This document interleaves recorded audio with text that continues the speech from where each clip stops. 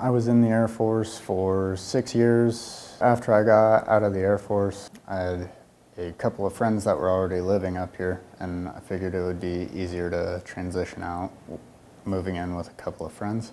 I started looking around for which colleges around here were offering a psychology degree. This was definitely the place to go. For me, having the option to not only pursue a degree, but also the option for research opportunities through the college will also be helpful. I was able to meet with the Veterans VA coordinator, Greg.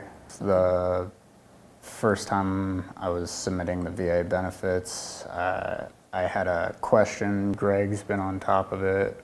Faculty members here are pretty helpful. I also like how friendly everybody is. I think that's just because with it being a smaller building, everybody kind of knows everyone else. It's more of like a close-knit community.